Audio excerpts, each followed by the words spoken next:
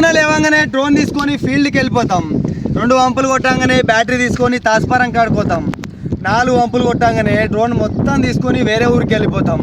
వద్దు చాలింగా స్మార్ట్ బ్యాటరీలకు వెళ్ళిపోదాము అనుకునేటోళ్ళకి నా సజెషన్.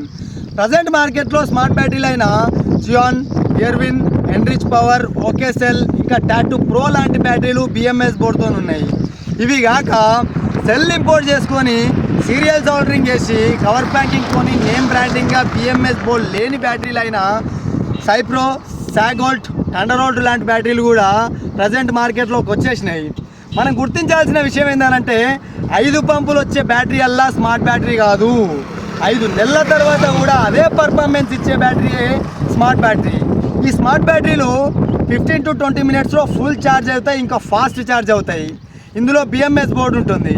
బిఎంఎస్ బోర్డ్ అంటే బిఎంఎస్ అంటే బ్యాటరీ మేనేజ్మెంట్ సిస్టమ్.